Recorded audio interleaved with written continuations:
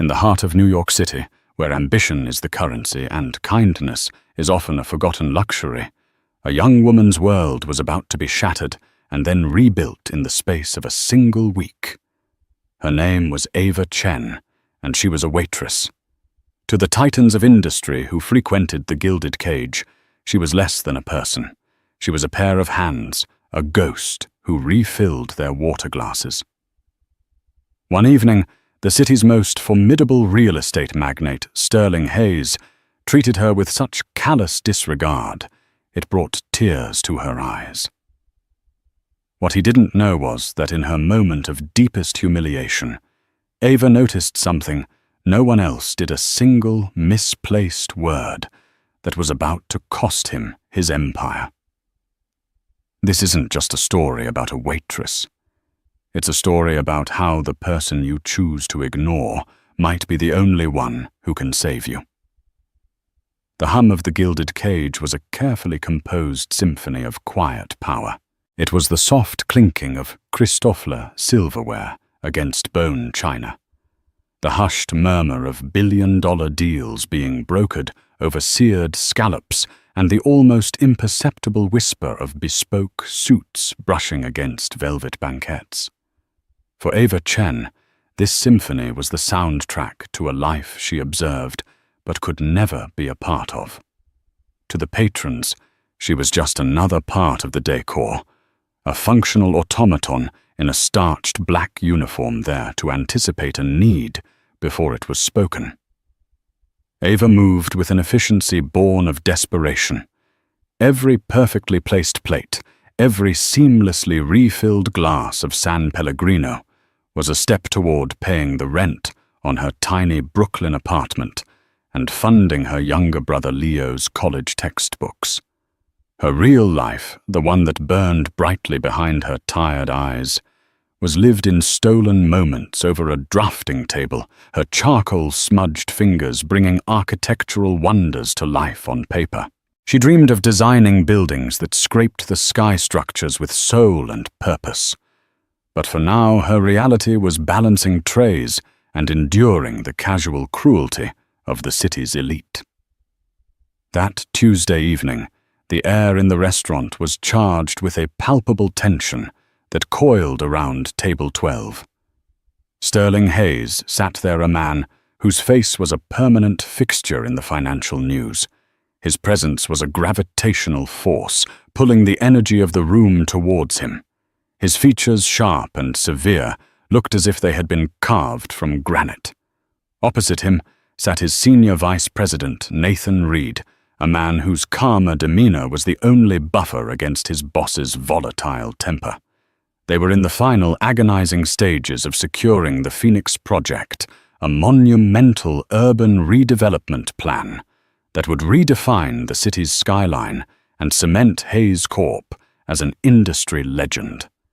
It was the deal of Sterling's life, and it was slipping through his fingers. They're stalling. Nathan Sterling's voice was a low, dangerous growl. Thorne is playing games. He knows we have the superior bid, the better design. What's his angle? We've run the numbers a dozen times, Sterling. Nathan said, his voice placating. Our proposal is watertight. Watertight isn't good enough, Sterling snapped, slamming his palm softly on the table, making the water goblets tremble. I want it airtight and bomb-proof. Ava approached their table, her movements fluid and practiced. Excuse me, Mr. Hayes. More water? She asked, her voice soft. Sterling didn't even look at her. He waved a dismissive hand, his eyes locked on Nathan. There's a piece we're missing. Something he knows that we don't. As he gesticulated, the back of his hand caught his own glass.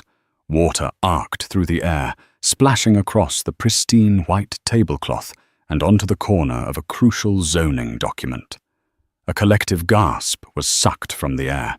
Ava reacted instantly, moving forward with a clean napkin. I'm so sorry, sir. Let me get that untold. No, don't touch it, Sterling roared, finally turning his glacial blue eyes on her. The sheer contempt in his gaze made Ava freeze. "You incompetent girl. Look what you've done. Do you have any idea what these papers are?" Ava's face burned with a hot, shameful flush. "Sir, you knocked it over yourself." The words were out before she could stop them, quiet but clear. The silence that followed was deafening. Sterling Hayes stared at her as if she were a particularly repulsive insect. "What did you just say to me?" Nathan Reed quickly intervened. "Sterling, it was an accident." "It's fine."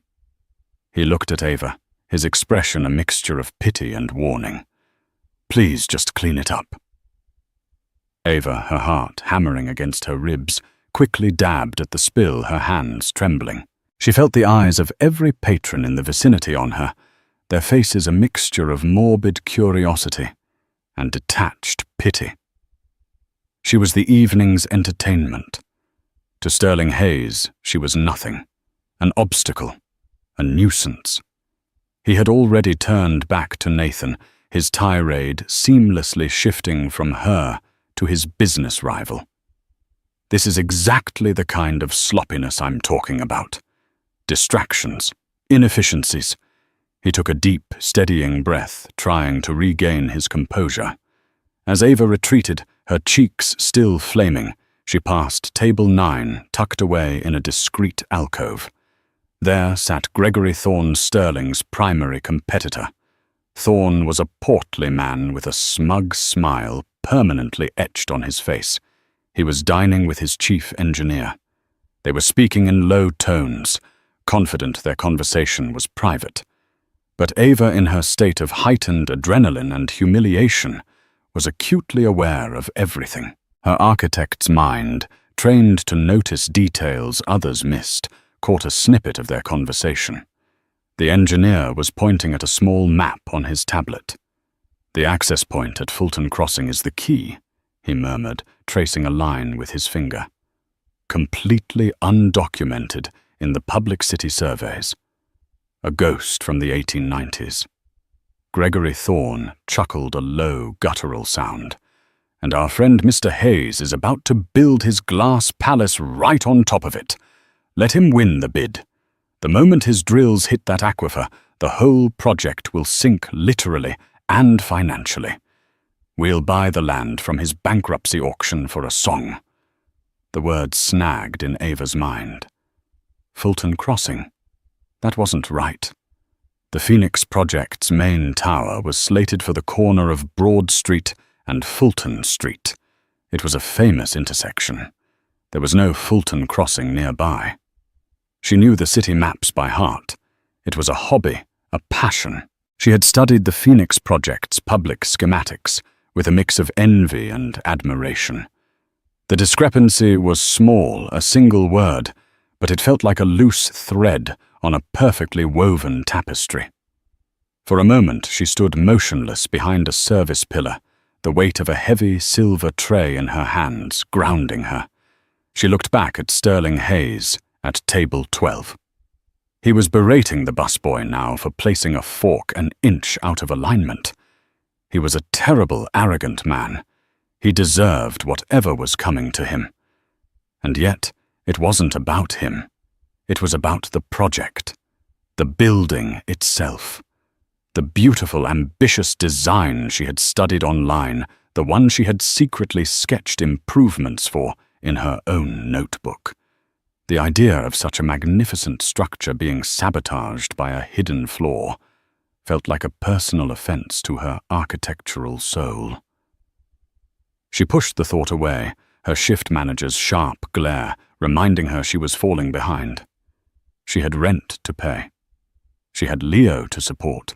She couldn't afford to get involved in the wars of billionaires. She was the invisible hand, and invisible was safe.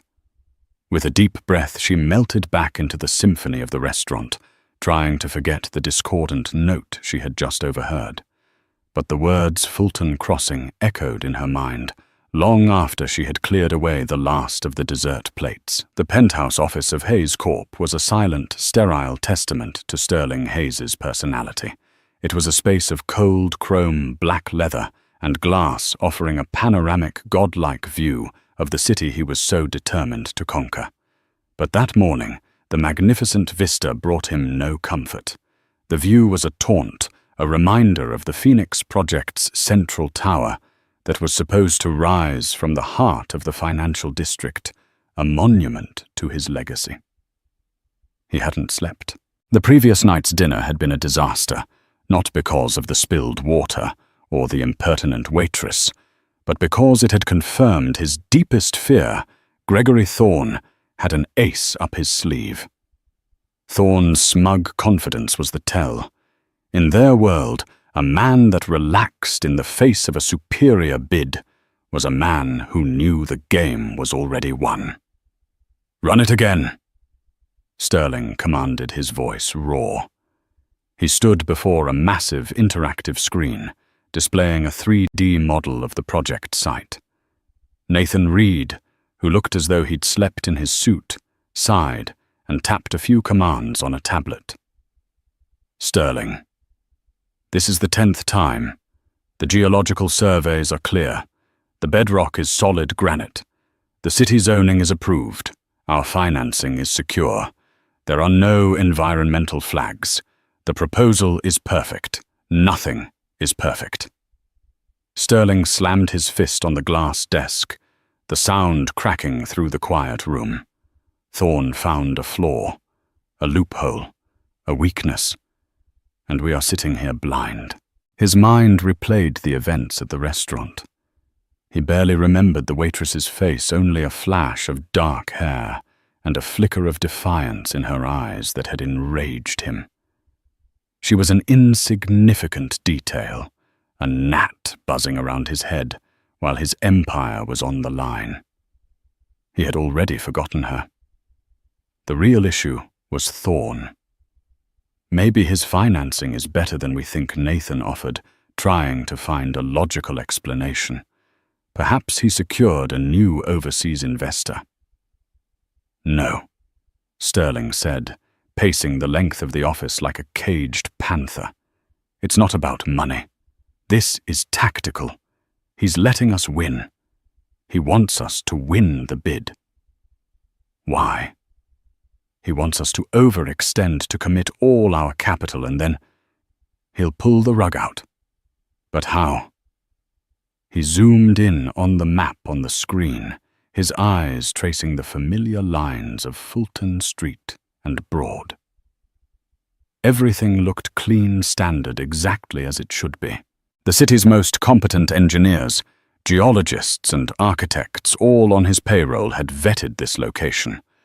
They had assured him it was flawless. "What about historical records?" Sterling asked, grasping at straws. "Old city plans, pre-unification maps. Anything that might show something the modern surveys missed." Nathan shook his head. "We've been through it all. We have digital archives of city plans going back to the early 1900s. There's nothing there but solid ground and a few forgotten sewer lines we've already accounted for in the plans." Sterling's frustration mounted, curdling into a familiar, acidic rage. He hated being outmaneuvered. He had built his empire by being 10 steps ahead of everyone else, by seeing the angles no one else could. To be so thoroughly blindsided by a buffoon like Gregory Thorne was more than a business problem. It was a personal insult. His phone buzzed. It was the board chairman. Sterling ignored it. The pressure was immense. The Phoenix Project wasn't just another development. It was a legacy. It was the culmination of his life's work, the project that would silence all his critics and place his name alongside the Rockefellers and the Carnegies of the modern era. Failure wasn't just a financial loss. It was an existential threat. "The final bid submission is Friday," Nathan said quietly, stating the terrifying fact that hung in the air between them. If we don't identify the risk by then, we're either walking in blind or we're pulling out.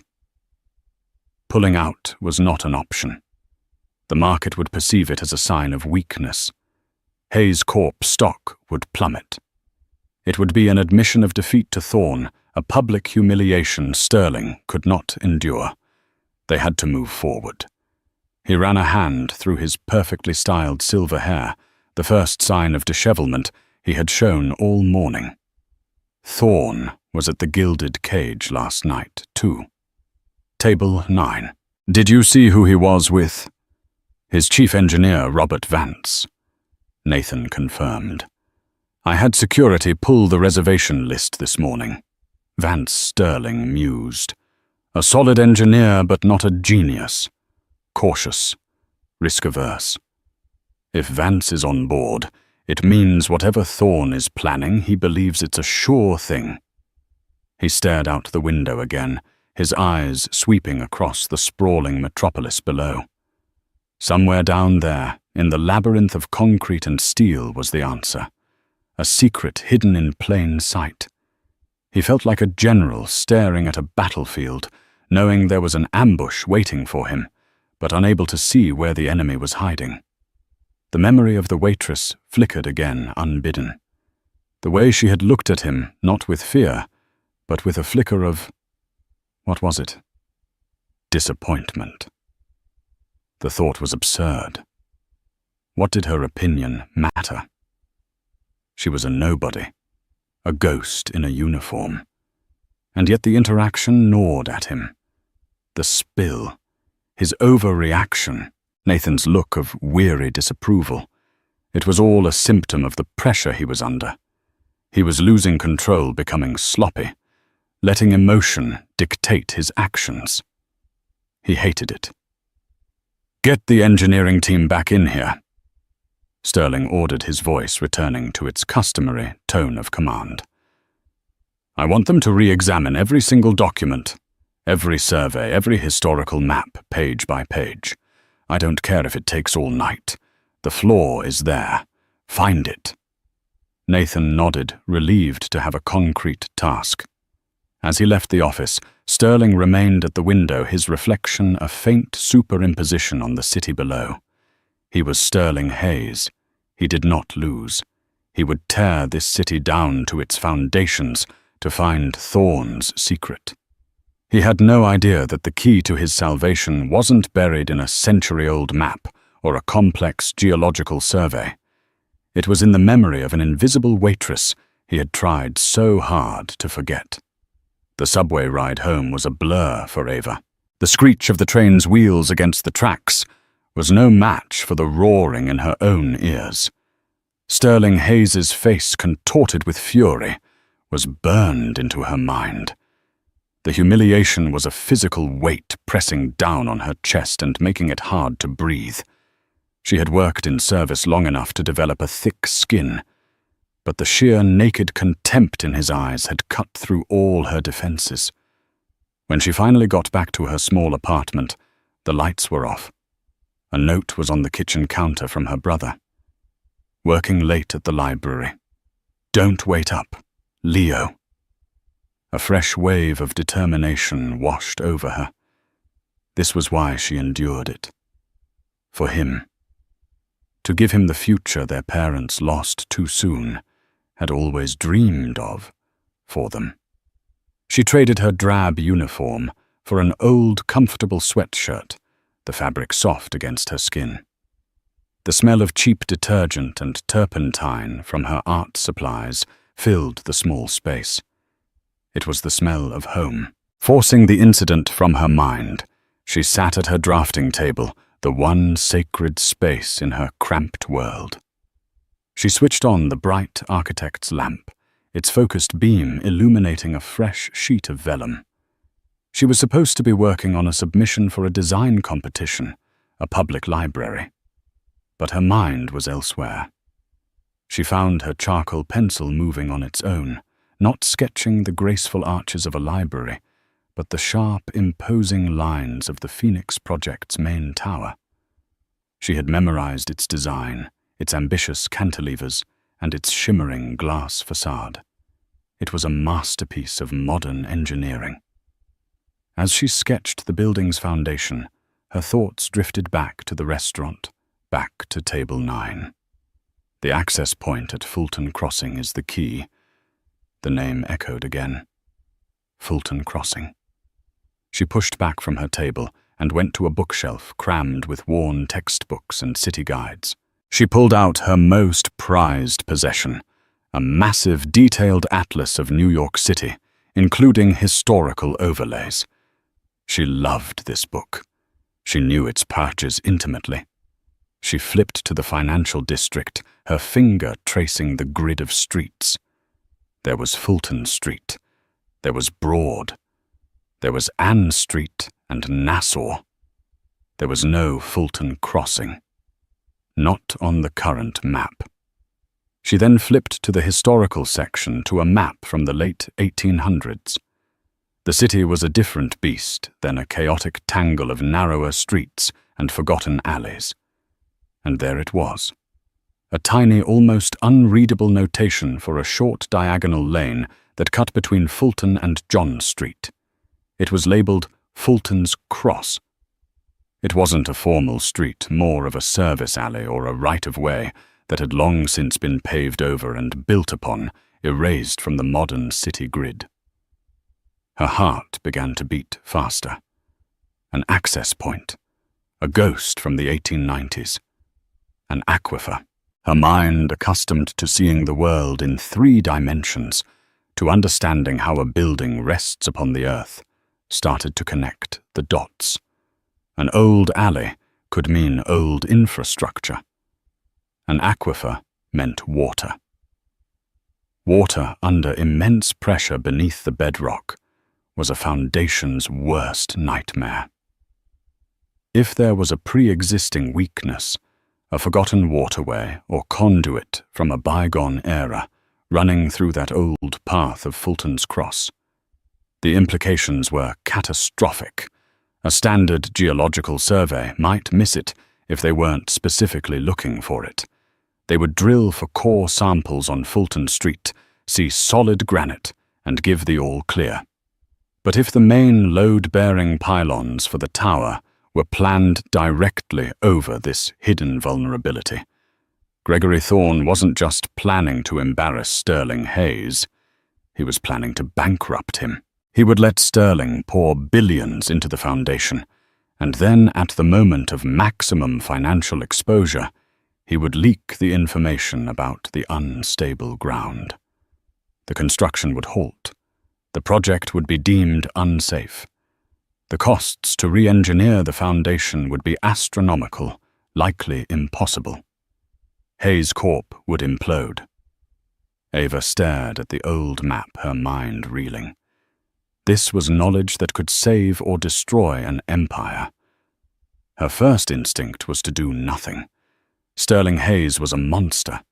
He had humiliated her, treated her like she was less than human. Why should she lift a finger to save him? Let him fall. Let Thorne have his victory. It was a war between giants, and she was just a spectator. She got up and made herself a cup of tea, her hands still shaking slightly.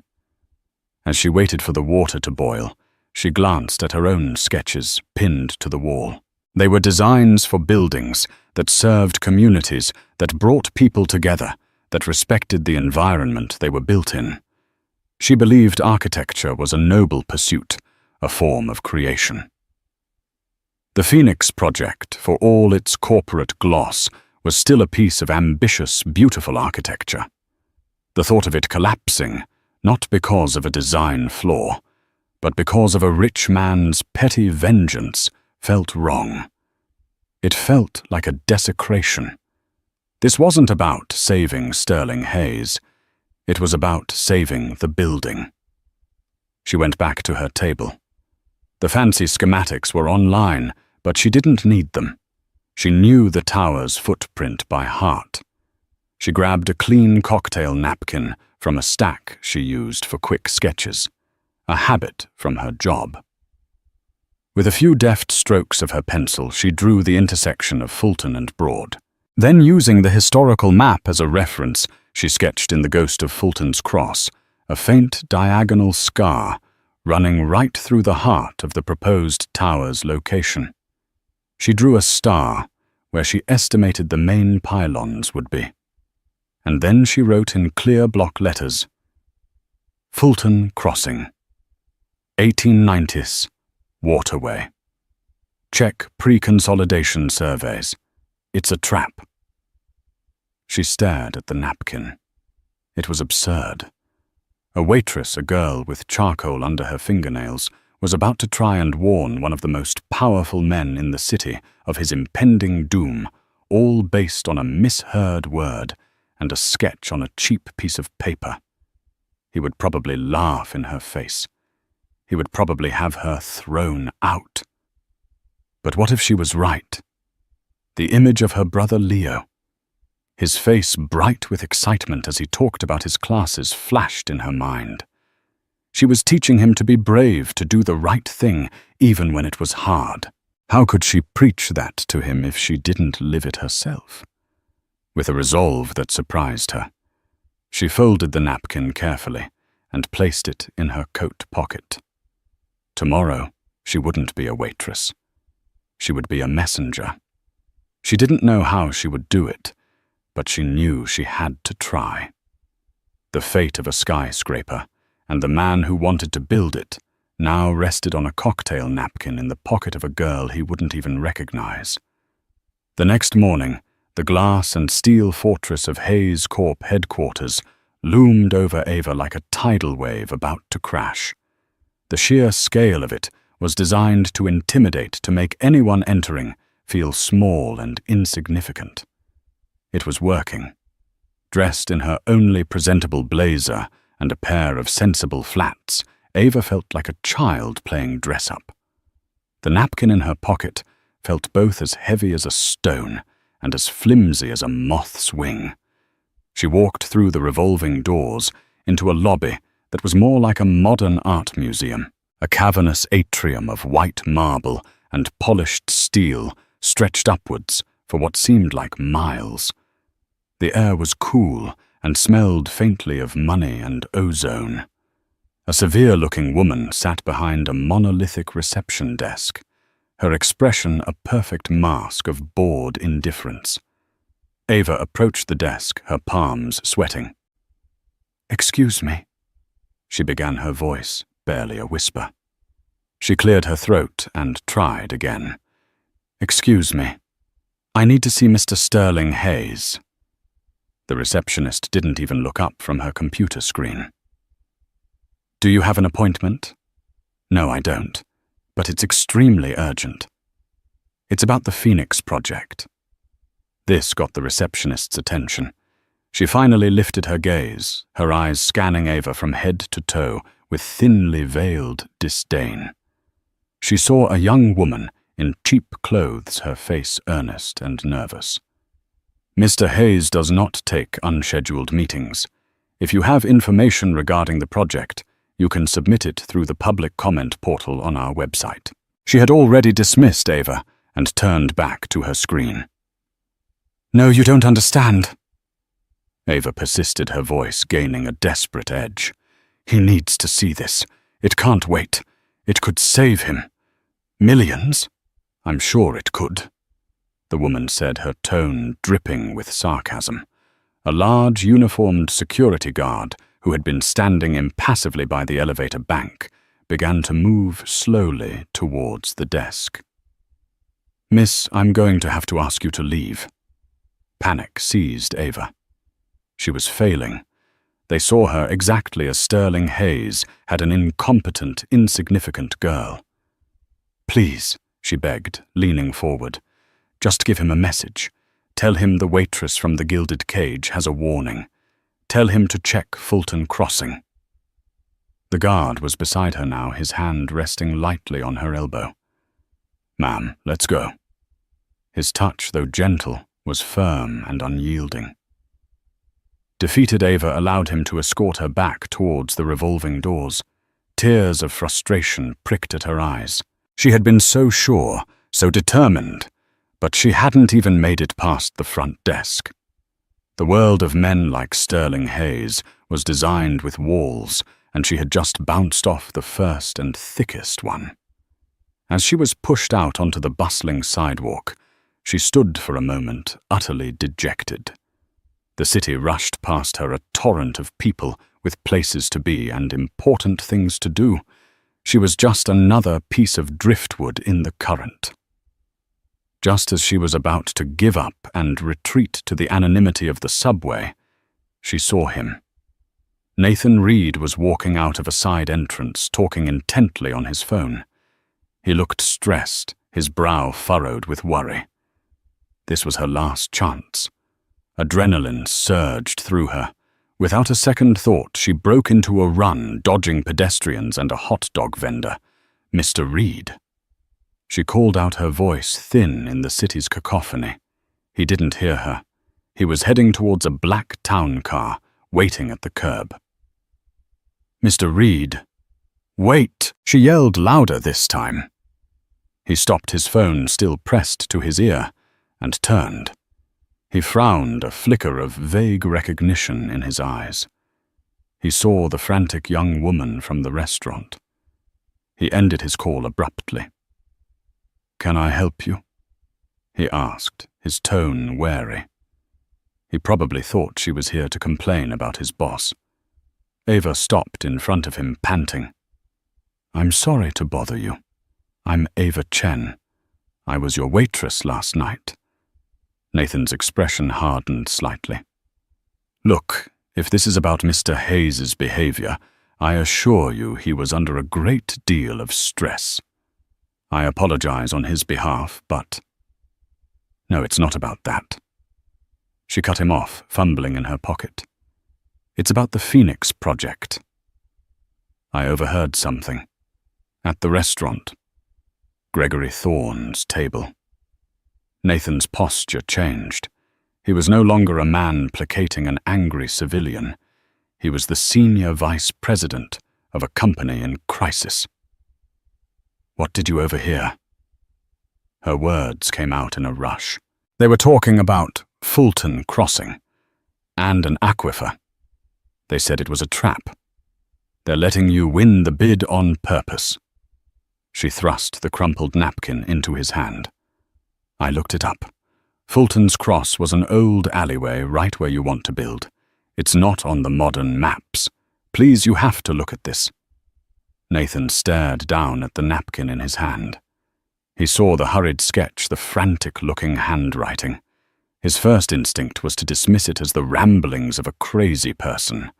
It was the most unprofessional and unbelievable tip he had ever received. A warning about $1 billion deal delivered on a cocktail napkin by a waitress on a sidewalk. He looked from the napkin back to Ava's face. Her eyes were filled with sincerity. There was no hint of malice or mischief in them, only a desperate, earnest plea. He remembered her from the night before. He remembered how she had stood up to Sterling, however briefly. There was a quiet strength to her. "Why are you doing this?" he asked, his voice genuinely curious. "After how my boss treated you." Ava looked down at her shoes. "It's not for him," she said quietly. "It's for the building. It's a beautiful design. It shouldn't be built on a lie." Her answer struck him. It was pure. It was unexpected. In his world, everyone had an angle, a motive. Her motive was simply a love for architecture.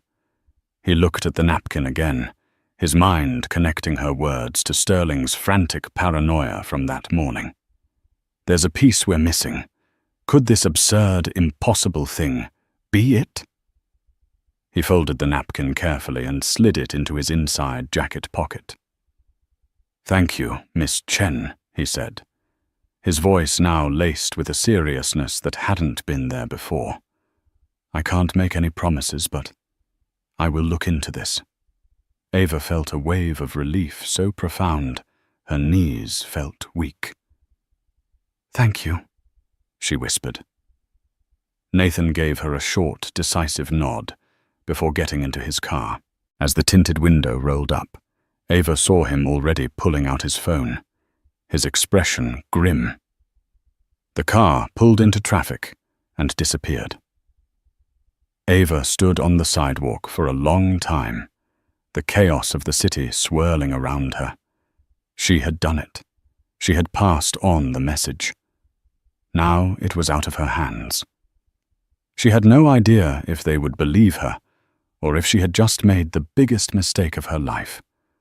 All she knew was that she had tried. She turned and walked towards the subway, feeling for the first time like more than just an invisible hand. When Nathan Reed walked back into Sterling Hayes' office, the atmosphere was even more toxic than when he had left. Sterling was flanked by his chief architect and head engineer, both of whom looked pale and exhausted. Spread across the large conference table were dozens of documents, geological reports, city blueprints, zoning ordinances. It was a sea of data that all said the same thing. The project was sound. Nothing. Sterling was snarling, gesturing at the piles of paper. "We've reviewed every document twice. There is absolutely nothing wrong with that site." Nathan cleared his throat. "Sterling, can I have a word? Alone?" The two employees practically scrambled out of the room, grateful for the reprieve. When the door clicked shut, Sterling rounded on Nathan. "Don't tell me you've found nothing either." "I might have something," Nathan said cautiously. "But it's unorthodox. I don't care if you got it from a psychic hotline, Nathan." "What is it?" Nathan took a deep breath and pulled the cocktail napkin from his pocket. He smoothed it out on the glass desk. Sterling stared at it. For a moment there was only confused silence. Then his eyes narrowed, and a vein began to pulse in his temple. "Is this a joke? What is this?" "It's from the waitress," Nathan said calmly. "The one from last night at the restaurant. Her name is Ava Chen. She was waiting for me outside. She said she overheard Thorne talking." Sterling's face went from confusion to pure, unadulterated fury. He snatched the napkin, ready to crumple it in his fist. "The waitress. You stood here and listened to a warning from a waitress. Are you insane, after the day I've had you bring me this garbage? Just read it. Sterling." Nathan insisted, his voice firm. He pointed to the text. "Fulton Crossing, 1890s waterway. Check pre-consolidation surveys. She says it's a trap." Sterling read the words, his rage momentarily checked by the specificity of the message. The name Fulton Crossing snagged his attention, just as it had Ava's. "There is no Fulton Crossing." "There used to be," Nathan said, already moving to the large interactive screen on the wall. "It was called Fulton's Cross, an old service alley. It was paved over sometime in the early 1900s.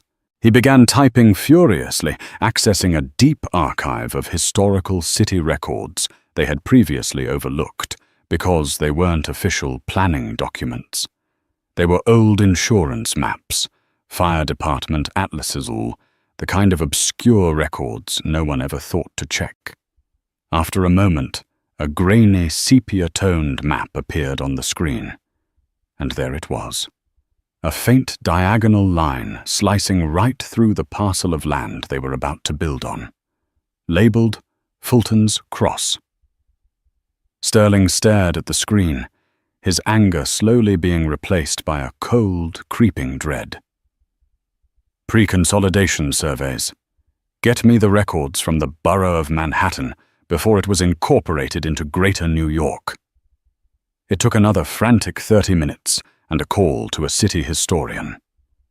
But they found it, a dusty digitized report from 1897 detailing a project to enclose a small, troublesome natural spring and divert it through a brick culvert that ran directly underneath Fulton's Cross. It was a minor piece of late 19th century infrastructure, completely forgotten, undocumented in any modern survey, because it was technically not part of the city's sewer system. It was a ghost in the city's concrete shell. "Get me the GPR," Sterling commanded, his voice strained. "GPR ground, penetrating radar." An hour later, the results came in from the emergency scan they had ordered. The data was projected onto the screen, a detailed three-dimensional image of the bedrock beneath the site. And running through it exactly where the old map and the napkin sketch indicated was a clear anomaly. A hollow space. The brick culvert. Worse, the radar showed a high degree of water saturation around it. The 120-year-old brickwork was likely failing. The forgotten spring was leaking, creating a pocket of supersaturated, unstable soil directly beneath the location of their main tower. The room fell silent. The truth was horrifyingly clear. Thorne hadn't found a loophole. He'd found a sinkhole waiting to happen. Building on that site without reinforcing the entire subterranean structure would be impossible. The project would be a death trap. Nathan sank into a chair, looking stunned. My God. She was right. Sterling stood motionless, his eyes fixed on the screen. The GPR data was an image of his own corporate death sentence. He saw the entire sequence of events Thorne had planned. Hayes Corp wins the bid breaks, ground. The drills hit the saturated soil. A catastrophic collapse occurs, lawsuits, bankruptcy, and Thorne swooping in to pick over the bones of his empire. He had been walking into the executioner's chamber with a smile on his face. He slowly turned and looked at the cocktail napkin, still sitting on his desk. That flimsy piece of paper, that ridiculous sketch, was the only thing that had stood between him and utter ruin.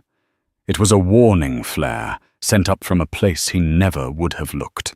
The fury and the paranoia drained out of him, replaced by something far more unsettling, a profound sense of humility. He had berated, humiliated, and utterly dismissed the one person in the entire city who held the key to his salvation. He had looked at Ava Chen and seen a clumsy, incompetent nobody. But she had seen what his entire army of experts had missed. Her observant eyes, her architectural mind, her courage to act. She had saved him.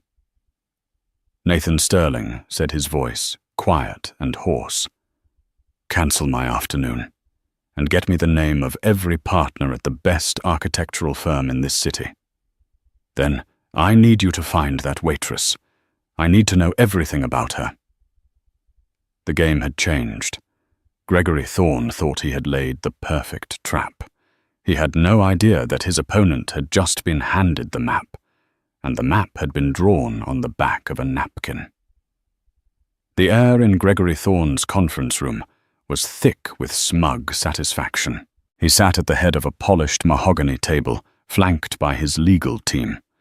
He looked like a Cheshire cat, who had not only cornered the canary, but had already digested it. Across from him sat Sterling Hayes and Nathan Reed. The final bid meeting was in 2 days, but Thorne had requested this preliminary negotiation, confident he could bully Sterling into a corner. "Sterling, my friend." Thorne began, his voice oozing false geniality. "I'll be direct. Your bid for the Phoenix project is impressive. Ambitious. Perhaps a little too ambitious. We both know the kind of capital outlay a project of that scale requires. One unforeseen issue, one tiny geological surprise, and the whole house of cards comes tumbling down." Sterling listened, his face an unreadable mask of calm. The frantic, enraged man of a few days ago was gone. In his place was a cool, collected predator. "I appreciate your concern for my finances, Gregory," he replied, his voice smooth as silk. I'm simply suggesting a partnership. Thorne continued, leaning forward. Let my firm take the lead. You can retain a minority stake. It's a safer bet. Protects you from the inherent risks of that particular location. He was dangling the bait, enjoying the moment. Nathan shifted uncomfortably in his seat, but Sterling shot him a subtle glance that said, "Let him talk." "And what risks would those be?" Sterling asked, his tone one of mild curiosity. Thorne chuckled. "Oh, you know, the usual. Building in a district that old. You never know what you'll find buried down there."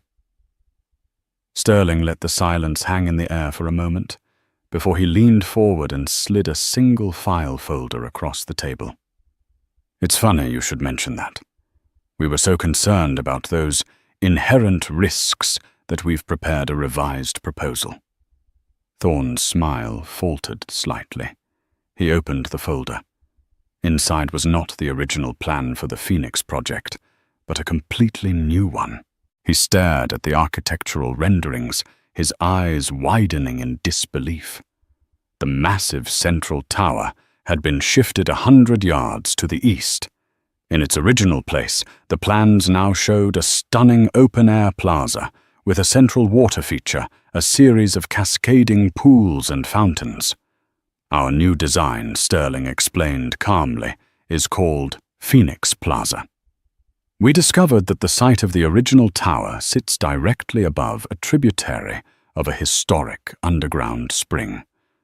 Rather than fighting nature, we decided to incorporate it. We're going to excavate it, bring it to the surface, and make it the centerpiece of our development. It's green, it's innovative, and the city's environmental commission is ecstatic. It's also, as you can imagine, significantly more cost-effective than trying to build a 90-story skyscraper on what is essentially a subterranean swamp." The color drained from Gregory Thorne's face. He looked from the new plans to Sterling, his mouth slightly agape. He was speechless. "We've already refiled our zoning application and secured the preliminary permits," Nathan added, twisting the knife. "The new design is fully approved." Thorne sputtered, trying to regain his composure. How could you possibly have known?" Sterling reached into his jacket pocket. He didn't pull out a geological survey or a legal document. He pulled out a slightly crumpled cocktail napkin. He smoothed it out and placed it gently in the center of the mahogany table. Thorne and his lawyers stared at the simple sketch and the block letters. "Fulton Crossing, 1890s Waterway. It's a trap." Let's just say Sterling said, a ghost of a smile playing on his lips, that a source with a keen eye for detail pointed out a small discrepancy in the historical maps. A source who understands that sometimes the most important details are the ones everyone else overlooks. The trap hadn't just been discovered. It had been disarmed, and its components had been re-engineered into the centerpiece of a better, smarter, and more profitable project. Sterling hadn't just dodged the bullet. He had caught it and melted it down into a crown. Thorne's scheme was in ruins. He had been outmaneuvered, outplayed, and utterly humiliated. Now Sterling said, his voice dropping to a businesslike chill as he leaned back in his chair. "About that partnership you mentioned, I believe the terms have changed. Hayes Corp will be proceeding alone. And I would advise you to withdraw your bid, because if you don't, I will make it my personal mission to inform the press exactly why our design was so suddenly changed. I imagine the headline, 'Thorne Industries bets against city safety in land grab scheme,' would do wonders for your stock price. It was a complete and total victory. The checkmate was absolute." Thorne sat in stunned silence, defeated. Later, as Sterling and Nathan rode the elevator down, the tension finally broke. Nathan let out a long, low whistle. I have never seen anything like that. He didn't know what hit him. Sterling nodded, but his expression wasn't triumphant. He looked thoughtful, even troubled. He had won. His company was safe, his legacy secure. The Phoenix Plaza would be hailed as a stroke of genius. But his mind wasn't on the victory. It was on the napkin that was still in his pocket. He had used it as a weapon to destroy his rival. But it was also a symbol of his own monumental failure of character. He had won the battle, but the thought of the young woman he had treated so poorly left him with a profound sense of hollowness. The victory felt unearned, borrowed from the integrity of someone he had deemed worthless. "Nathan," he said, as they stepped out into the bustling street. "Cancel the celebration dinner. I have somewhere I need to be." The Gilded Cage was just beginning its evening rhythm when Sterling Hayes walked through the door. This time, however, he wasn't a patron. He didn't stride towards a table with an air of ownership. He stood awkwardly near the entrance, his expensive suit looking out of place amidst the controlled chaos of the staff's pre-dinner preparations. The hostess, recognizing him, immediately rushed forward. "Mr. Hayes." "Good evening. We weren't expecting you. Is your regular table all right?" "I'm not here for dinner." Sterling said, his voice quiet. "I'm here to see one of your employees. A waitress. Her name is Ava Chen." The hostess looked confused. "Ava. Is there a problem with her service, sir?" "No," Sterling said quickly. "Quite the opposite. I need to speak with her." "Is she here?" "She's in the back in a staff meeting. Her shift starts in about 20 minutes. "I'll wait," he said, surprising both the hostess and himself. Sterling Hayes, who valued his time in $100 increments, was going to wait for a waitress. He stood near the bar, ignoring the curious stares from the staff. He felt exposed, stripped of his usual armor of power and authority. He replayed the scene from the other night in his mind, his own boorish behavior, the contempt in his voice. The memory made him flinch. 20 minutes later, Ava emerged from the staff area, adjusting her apron. She was focused, ready for another grueling shift of balancing plates and personalities. She didn't even notice him at first. Then her eyes swept the room and locked with his. She froze. Her first reaction was fear. Had she done something wrong? Was he here to complain, to have her fired? Her hand instinctively went to her apron, her fingers twisting the fabric. Sterling pushed himself off the bar and walked towards her. He stopped a respectful distance away. The bustling sounds of the restaurant seemed to fade into the background. "Miss Chen," he began, his voice surprisingly soft. "May I have a moment of your time?" Ava just stared at him, unable to speak. She nodded mutely. Perhaps somewhere more private, he suggested, gesturing towards a small, unoccupied lounge area near the front. Numbly, she followed him. They sat in 2 plush armchairs, an unlit fireplace between them. For a long moment, Sterling simply looked at her, truly seeing her for the first time. He saw the intelligence in her dark eyes, the weariness around them, and the quiet dignity in her posture. "I came here," he said, his voice low and devoid of its usual arrogance, "to apologize. My behavior the other night was inexcusable. It was rude, unprofessional, and cruel. There is no excuse for how I treated you, and I am deeply and sincerely sorry." The apology was so direct, so unequivocal, that it stunned Ava. It was the last thing she had expected. "Thank you," she managed to whisper. "But that's not the only reason I'm here," he continued. He leaned forward, his gaze intense. "Nathan gave me your message, your sketch. You were right. You were right about all of it." Fulton. Crossing the waterway. The trap. Gregory Thorne was planning to ruin me, and he would have succeeded. You didn't just save me millions, Miss Chen. You saved my entire company. You saved my life's work. Ava listened, her heart pounding. It was real. Her ridiculous hunch on a napkin had actually worked. I don't know how I can possibly repay you, Sterling said. He reached into his jacket, and for a horrible moment, Ava thought he was going to pull out a checkbook to try and put a price on what she had done. It would have cheapened the entire thing. But he didn't. Instead, he pulled out a slim portfolio case. Nathan did some research. Sterling said, a faint smile on his lips. He found your submission to the Hudson Yards Public Library competition. He found your online portfolio. You're an architect. Ava's cheeks flushed. I'm aspiring. I'm still in school, taking night classes. You're more than aspiring, Miss Chen. You're gifted, he said, his voice full of genuine admiration. Your concepts are brilliant. Your understanding of space and structure. It's remarkable. He opened the portfolio and laid it on the small table between them. It was filled with printouts of her designs. This sketch you did, he said, pointing to one of her library designs, the way you integrated the green space with the load-bearing structures. It's the same kind of thinking that saved the Phoenix Project.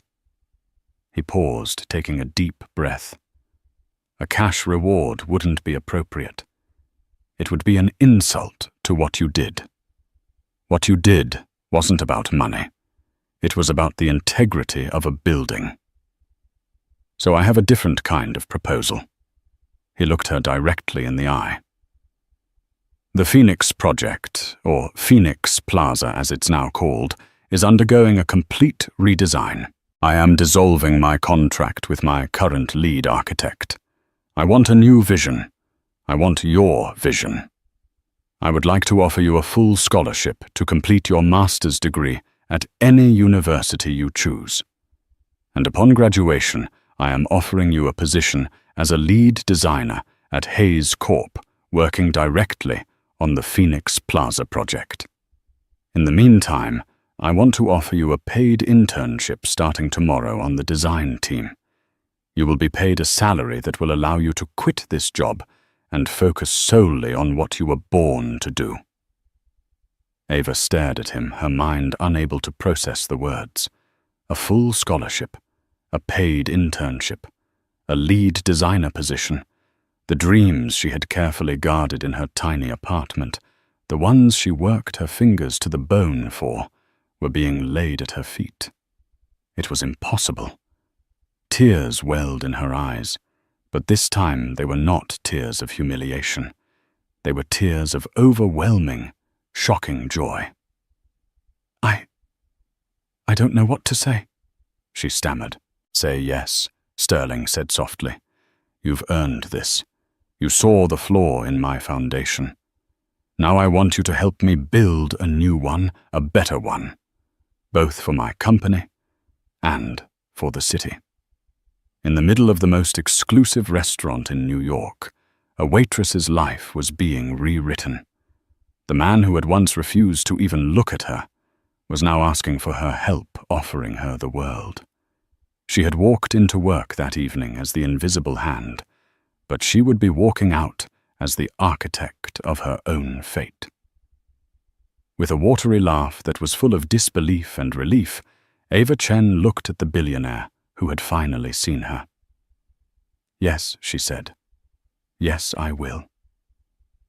And so a story that began with a spilled glass of water and a moment of cruel dismissal transformed into a testament to the unseen value within us all. Ava Chen's life changed forever. Not because of luck, but because she refused to let her circumstances dim her passion or her perception. She taught Sterling Hayes, a man who thought he could buy the world, that the things that truly matter: integrity, Observation and courage can't be bought. Her journey reminds us that the world is full of hidden potential, often in the very people society overlooks. The next time you find yourself dismissing someone based on their job or their station, remember Ava's story. You never know when the person pouring your coffee or clearing your table holds the key that could unlock your future. If this story resonated with you, please hit that like button and share it with someone who might need to hear it. Don't forget to subscribe to our channel for more real-life stories that inspire and remind us of the incredible power of the human spirit. Click the notification bell so you never miss an update. Thank you for listening.